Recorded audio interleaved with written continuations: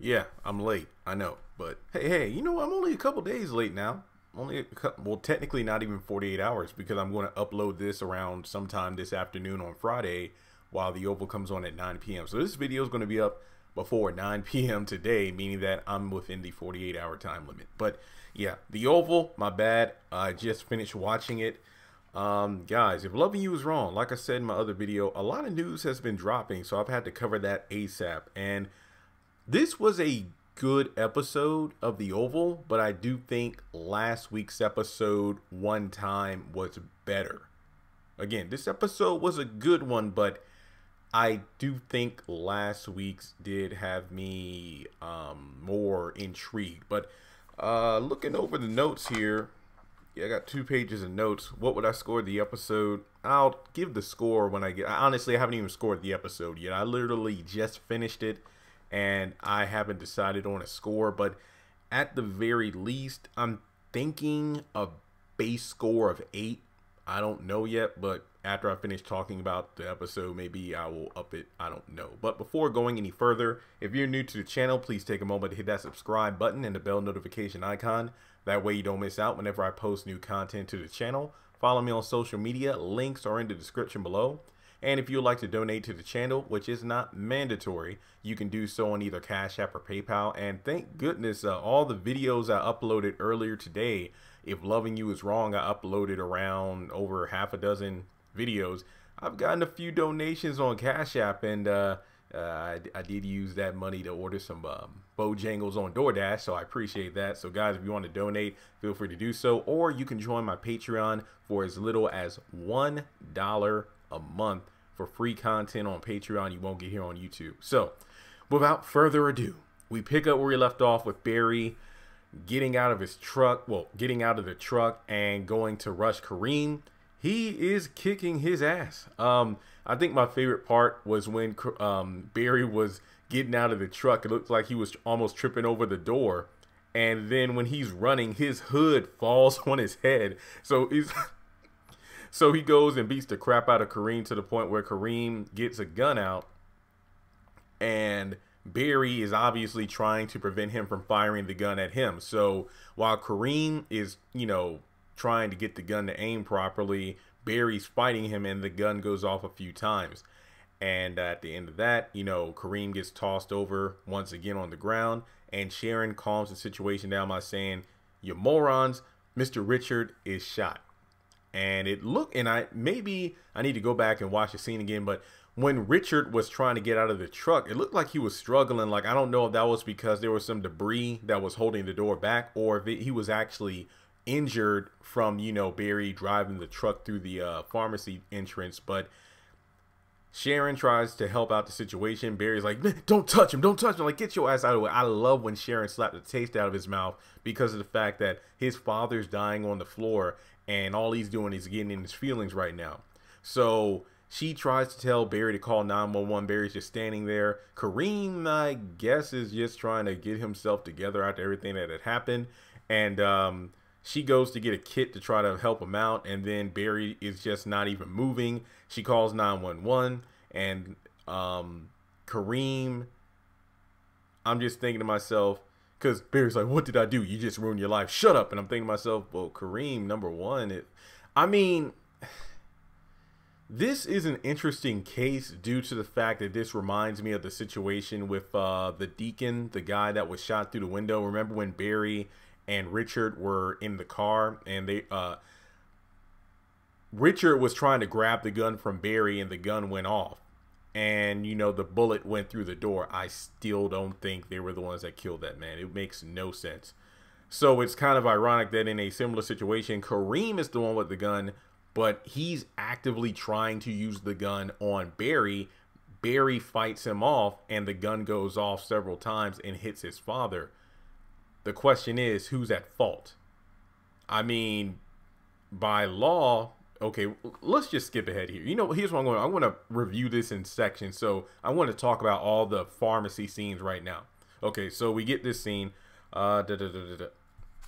Next page. Yeah, so at the pharmacy, the police show up, and they tell Sharon to back off from Richard while she's trying to help. Like, where are the paramedics at? I'm trying to help. And basically, Kareem has to move back. Sharon moves back. Barry's still standing there stuck. And until they physically push him back and they ask what's going on here. And Kareem is the, pretty much breaking it down like, hey, his name is Bartholomew, whatever his last name is. And basically, he has a warrant. He has a couple warrants out for him. He drove the truck through the pharmacy entrance. He assaulted me. I pulled out my registered gun, and it was fired a few times and hit his father. So basically, he was blaming Barry for everything. And it's like, well, look, I ain't taking sides here, but all I'm saying is Barry started this shit himself. Don't get me wrong. I know Sharon was wrong for what she did, but at the same time, no one made Barry drive the truck causing property damage. No one made Barry rush and assault Kareem for the second time. And no one made, well, I don't know who to blame for the gun, because again, Kareem, that's a registered weapon, and this dude drove a vehicle through. Look, let's be real here. If the truck, I'm going to guess the only reason the truck didn't make it even further into the pharmacy was due to the debris and everything. So who's to say Barry wouldn't have driven that truck and hit Kareem and Sharon? That's all I'm saying. So him using the gun, yes, he had every right to do so. But in regards to who's to blame for the gun going off, I honestly do not know who's at fault. But in any case, Barry gets arrested, and we still don't know Richard's condition unless you watch the trailer for next week. All right, so that's the end of that scene. Now, going to the White House, basically we have Hunter going into the bedroom, slow, not really sure what to make of the situation. This entire episode, Hunter is trying to break things down to make sense of it, which honestly, I didn't mind Hunter because, yes, he repeated a lot of the same dialogue. However, I didn't mind it because in my mind, Hunter is talking as the viewer because he's saying all the things we've been saying for weeks, even during the hiatus. Okay, this isn't adding up.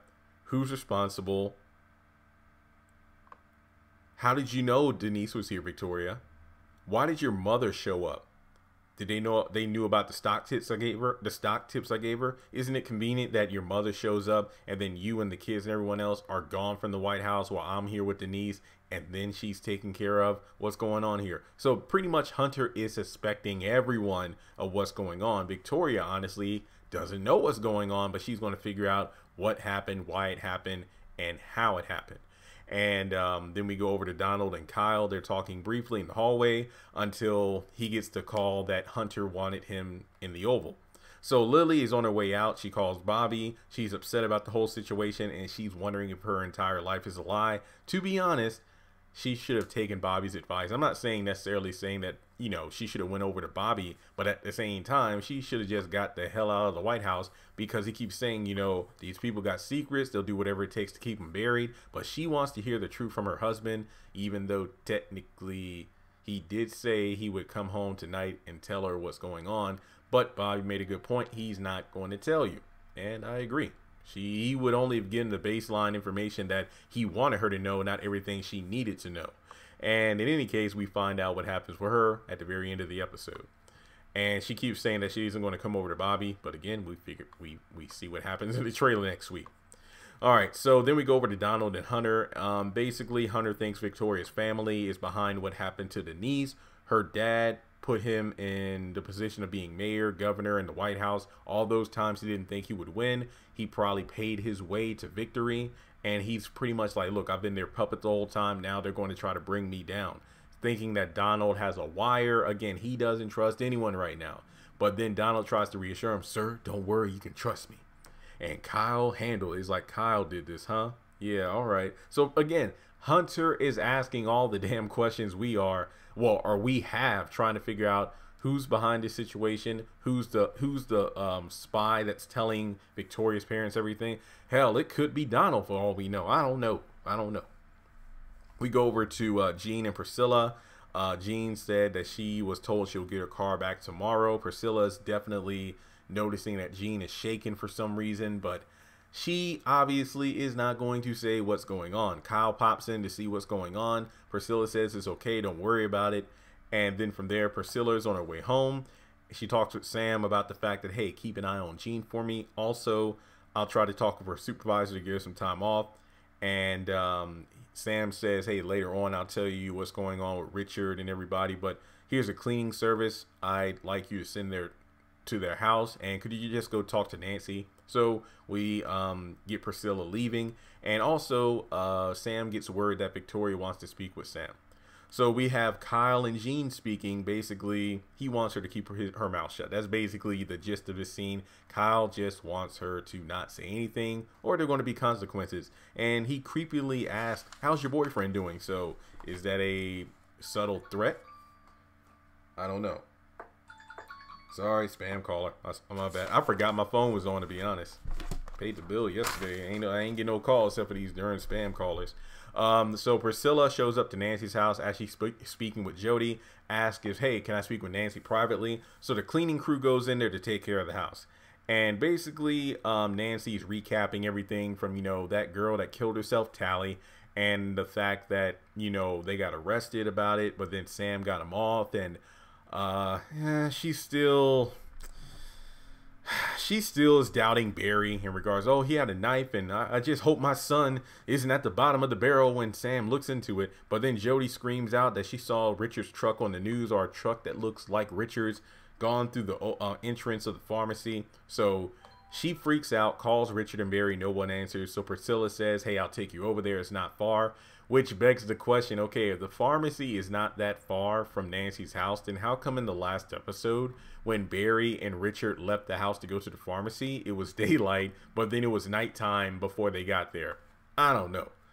So we go over to Sam and Victoria, and Victoria tells him to shut the doors, ask questions. Are you faithful to your wife? Have you ever thought about cheating? Do you think I'm special? Pretty much. Wait, is she flirting? I ain't gonna lie, Victoria, she fine. And you look, I know people say, oh, she wears the same white dress. Who gives a damn? She looks such, I don't know. Sam held it together. That's all I'm saying. Sam held it together. But at the end of the day, this wasn't about flirtation. This was just to see if Sam would crack, hey, what do you know about this woman who showed up to the White House, in reference to Denise? Honestly, Sam doesn't know anything due to the fact that he wasn't there. He had went to see if he can help out Richard and his family, not to mention all the cameras and all were blacked out, so we don't know. But anyway, Victoria says she'll find someone who's going to crack, and she'll go from there. Kyle taunts Max, and Max is just like, Kyle's like that annoying bully whose ass you can kick, but at the same time, he knows you can, but he's just going to taunt you anyway to see how far it will take for you to break. And then Sam comes in as Max leaves due to the fact that, he overheard Kyle pretty much pulling what he did with Jean. So how's your boyfriend? But in this case, he talks about Max's wife. And basically Sam tells him, I ain't gonna warn your ass again to stop doing this bull crap. And also the fact that Donald wants to see him in his office. So we go over to Max and Jean, and the fact that Max is doing his rounds in a different part of the White House he usually doesn't do. Maybe this is because of the fact he has a different position, or is it the fact that he saw Jean next to Kyle in the elevator, well, near the elevator, and probably wanted to know from Jean if she could tell him anything about what was in the bin he was pushing. So I think that's probably the only reason why he went there to see her. And she was holding her father's medal, who passed in service, and she was praying. Obviously, I'd be praying too. See a dead body, your boyfriend allegedly threatened. I don't know. She's going through a lot. So after that, we had the police telling, oh, sorry, I actually talked about this earlier. We go over to Sam and Max, and Sam lets Max know that he talked to Kyle for him, and the fact that, hey, don't do anything. I know he's just trying to push your buttons, but just don't do anything. And he wants to know what happened to any kind of video surveillance during the blackout. There is none, but Sam asked for all the surveillance he can get before and after the blackout. Then we get to the final scene of the episode. Donald goes into Kyle's office. Donald wants to know exactly what happened in the situation where the president was in the room with Denise. Kyle pretty much recaps, hey, they were in the room. I went in there to see what was going on. Well, because it was time. It was like, hey, sir, you're out of time. And then he's on the floor, just blacked out or something. And then you have Denise's body. And he asked him, was like, look, did you do this just to secure your position so you can be the guy that would give the president whatever he wanted? And that's honestly, it was either that or the fact that, Kyle's the mole. I don't know. But basically it gets to the point of discussion where he asked about his wife, like, how did she get pictures of us? What's going on? Oh, sir, I mean, I kept videos and pictures so I can think about you. I could watch them over and over again. Then Kyle just kisses Donald, and then they start going at it. Then there's a knock on the door. It's you know, a waiter or a servant who's like, hey, I have a drink for your wife. She was here just a second ago. Did she leave? Nope, she comes out the back room. Lily was overhearing the entire conversation, made the drop on her cheating husband and that freak Kyle. So that's the end of the episode. What did I think of it?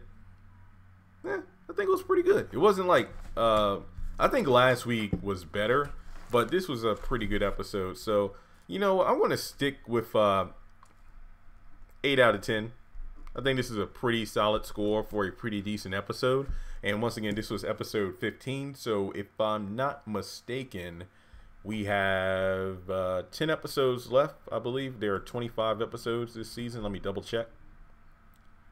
Yeah, 25 episodes, so we got 10 left. So with that being said, let me know your thoughts in the comment section below. What did you think of this episode of The Oval? Once again, sorry the episode review is late.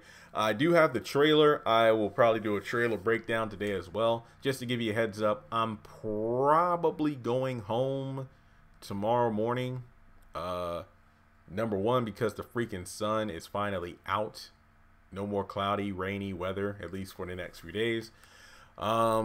I need a break, guys. I just need a break. I've worked a lot this week on videos, and there are more to come. So I will get this review up. And just to kind of give you a heads up for what's coming, let me look at my video list. I still have a couple roofless, bruh videos and stuff like. Well, this is honestly, I can wait to do that until next week. Like, I will come back either Monday or Tuesday, probably Tuesday. I'll be back in my apartment, you know, before noon. That way, if there are any clips or anything for Loving You Is Wrong that have dropped, I can do videos for the Tuesday night's episode. That's why I pumped out so many Loving You Is Wrong videos today. That way, that stuff will be up on the channel because those videos do numbers. And any other videos about the Oval and whatnot, I'll do next week. So just to give you a heads up, if I do decide to go home, then I won't do any videos. I'm going to be working on other stuff. If not, just relax. I ain't gonna lie, I'm probably just gonna be relaxing. Then when I come back next week, more videos, eBay, all that good stuff. So once again, if you would like to donate to the channel, please do so. I'd appreciate it. Become a patron for $1 a month, or you can just simply make a Cash App or a PayPal donation. But most importantly, subscribe. We just hit 119,000 subscribers this morning, and we are less than 60 people away from 20,000 followers on Instagram. So thank you all so much for that. Let me know what your thoughts are on the Oval, and I'll talk to you soon.